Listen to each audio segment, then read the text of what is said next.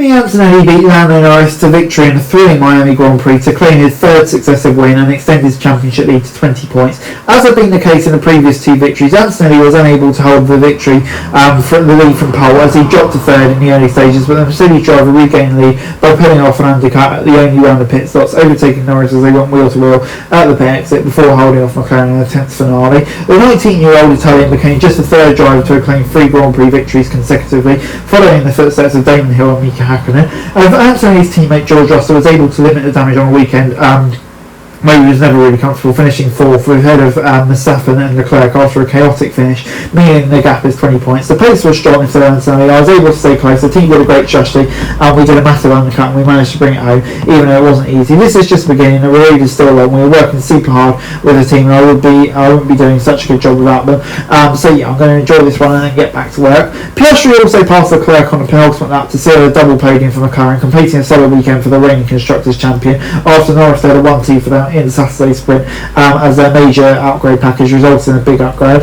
Verstappen, also enjoying more speed from his Red Bull, had to settle for 5th after an uncharacteristic spin at the start, saw him drop from 2nd on the grid and opt to a pit under a safety car, leaving him to fight hanging on iron aging hard tyres at the end. Leclerc, who took the lead at the start but had his race ruined by a slow pit stop, spun and hit the barriers. He tried to fight back against Piastri, causing damage to his car, allowing Russell and Verstappen to pass in the final corner. So there's further pain to come for the Monegasque, as he was to make the weight by a 20-second penalty for leaving the track and gaining an advantage. He struggled to control his car after a late crash. Verstappen received a 5-second penalty for crossing the white line after the pit exit, but he didn't change his position. Hamilton was promoted to 6th as a result of his teammate's penalty, as the Italian's team own major upgrade package failed to produce its desired effect. Ultimately though, the fact that Mercedes were able to make it 4 victories in as many races, despite holding off and bringing their own major upgrade package until the next race, will be seen as a major triumph for them and give them huge confidence they can remain at the front for Montreal. Colapinto claimed 7th for Alpine after his own teammate was flipped over following an early collision with Lawson, combined with Isaac Hadjar crashing out at almost the same time to bring out the safety car. Sainz and Albon both completed the point scoring positions to cap a much improved display for Williams, having benefited from reducing the weight of their car. The race played out a near constant threat of rain, having been moved 3 hours, but eventually we didn't get any. But the pause of the F1 season meant Anthony had to wait 5 weeks before continuing his momentum, and a considerable time allowed for conversations about whether he can continue to win the title. But an error-string performance in the sprint, which Antonelli gifted a 2-point game to Russell, kind of suggested he may not have been coping with the spotlight, but he responded superbly with a brilliant pole lap and dominating the race. He was under pressure, but I thought he handled it really well, benefiting from the carnage of Verstappen spinning.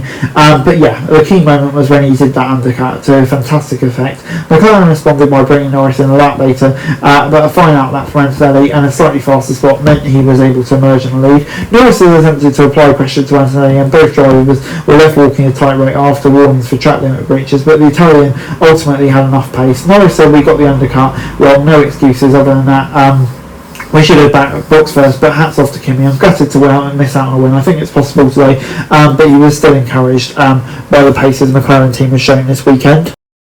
And before I go, let me run you through the classification from this weekend. Antonelli coming out on top. Fantastic job from him. He'll be really, really pleased with that. And continues having the momentum. McLaren didn't really have the pace in the race, but I thought they had a much improved performance. They'll be happy with that. Norris beating Piastri pretty comfortably. Russell 4th will be lucky to benefit from that position, really, considering the chaos at the end. I think Verstappen in 5th will be happy with Red Bull's pace, but probably frustrated with his error, which may have cost him a better result. Hamilton in 6th, considering the severe damage he had on his car, I think he'll be relatively pleased with that. Did a good job just to keep it on track. Colapinto, big weekend for him, and hopefully that's kind of a breakthrough weekend for him. Leclerc will be super frustrated. Drove a solid race. Ferrari just not really having the pace. That looked to be a very frustrating error. But for Williams, I think they'll be really improved. Big upturn in form. Bielman in 11th, disappointed for Haas. They seem to have dropped off a bit. Borstetti are okay coming from the back, but Audi this weekend kind of just played by reliability issues. Then you've got Ocon in 13th. Just not, once again, Haas not really having the pace, but off his teammate. So similar story for Lindblad. Wilson was obviously unlucky. It seemed like he had a failure which caused him to go into capacity. So bigly unfortunate for both of them. And then you've got the Astons and the Cadillacs at the back, kind of really struggling a bit, aren't they? Hulkenberg will be very frustrated. Not his weekend at all. and agile as well. Yeah, hope it doesn't really get him down, because we don't want to see him beating up his steering wheel, because kind of the spoil you can get sent in if your teammate is Max Verstappen, really, don't we? Guys, that's it for this video. Thanks very much for watching. Remember to like, share and subscribe. Follow us on our socials, link in the description below for daily F1 news, meme and content. Subscribe to our other channels on screen right now, that'd be greatly appreciated. Thanks very much for watching. Peace out.